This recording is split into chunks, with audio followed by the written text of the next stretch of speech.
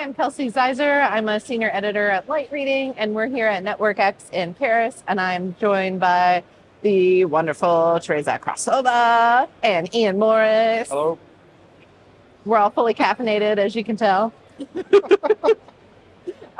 So, Teresa, you were listening in on some of the keynotes this morning, and Orange delivered a keynote. What were some of the highlights there?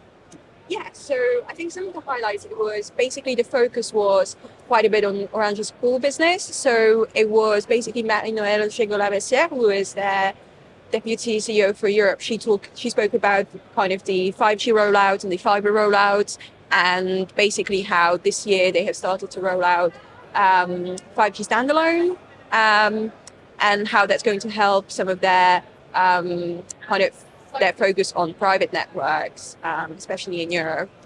Mm-hmm. Yeah, great.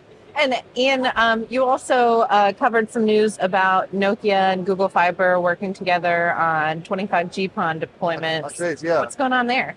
So 25G PON's like the next in the lineup of broadband technologies. We're kind of at 10G PON, I guess, at the moment, which gets called XGS PON. And the idea is that you can the Nokia proposition is basically once you've laid the fiber line, you can upgrade to the next generations without having to do an extensive dig or replace all that much. It's kind of software upgrade and a little bit of equipment that is changing at one end of the line. And there's a bit of a standards battle going on. There's people who think that you actually shouldn't invest in 25G PON at all. You should just wait to 50G PON. The XGS PON will be good enough until this new wave of applications comes along. Guys like Calix deride 25G PON as not even a standard. It wasn't officially approved by the ITU, so Nokia sort of set up this group to push it, which has got various members, but I think there's still this suspicion that Nokia is kind of in control of it. That doesn't come across very well these days, the idea of one big vendor being in charge. But they've got Google Fiber to do a residential rollout. So the only way it's been used so far, I think, is backhaul for 5G and for some business connections. The idea of using it for residential is a little odd in a way because we don't really need services that are that fast. I think we were just chatting before we came in. I've got about 70 megabits a second on my residential line. I can watch Netflix and do all sorts of other things. You're talking about multiple gigabits a second, but their argument is, we don't know what's coming. We've got VR, AR in the home. We've got increasing demand on the network. I mean, people were saying this sort of thing back in the copper days. What's the point in investing in fiber? So I think that's fair enough. And there's also an argument that maybe they can get people to spend a bit more if they get a higher quality connection a bit faster.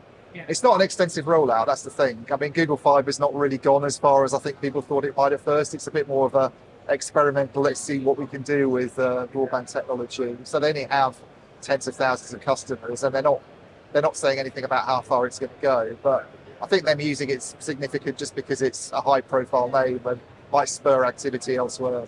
Yeah, I think you said there wasn't information yet on how many homes would be reached. There's right? Not a lot. There's not a lot. I mean, I asked them for numbers and they said we've got sort of tens of thousands on 2, 8 and 10 platforms to gigabit per second speeds. And then they talked about the 20 metro areas that they've got it in. But there's no firm thing in the release about we're going to do homes in this community and we're going to hook up 100 homes there, and then there's nothing on that, and they're not really saying anything about how quickly they're going to move ahead with it. So yeah, that's not the message they want to promote. Nokia obviously wants to promote the message that it's all go with Google Fiber, but yeah, we'll see. But and to your point earlier about some people arguing, well, you don't even need that much speed anyway. Most customers do just fine. Yeah. Like in your article, you talked about, balancing Netflix with maybe your kids playing a video game. And for most people, they're doing all right. But I think you said there was, years ago, the argument that copper was good enough. Totally. Yeah.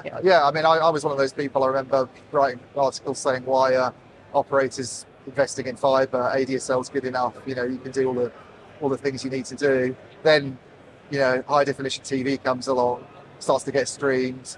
Yeah. People do Fortnite at home. Before you know it, I mean, the amount of gigabytes that gets used, I think, in the UK at the moment, an average household, it's ridiculous. It's something like 500 a month. So it used to be nothing, and it's gone to Yeah. It's a massive disparity with mobile, where it's still only about 5 on average or something. So Yeah. yeah. It'll be interesting to watch who, deploys the 25G PON versus just waiting for 50G PON. Yeah. And this morning there were also keynotes by Plume and Colt. Plume CEO was talking about AI, gave a nice little history lesson of where AI came from, and then was also talking about the AI trifecta of what's moving it from, I guess, more conceptual to a reality.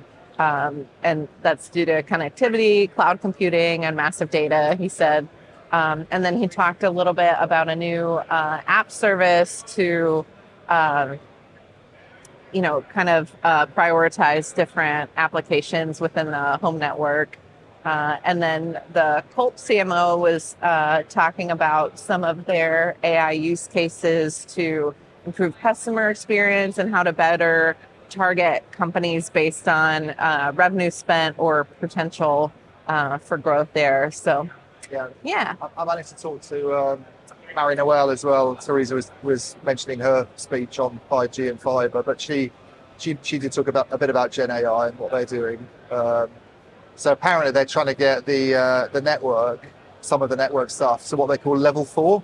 I didn't know what that meant, but it's like they use these levels in autonomous vehicles, don't they? Where 1 is like some assisted driving, and 5 is basically a car that drives itself. You don't need to do anything at all.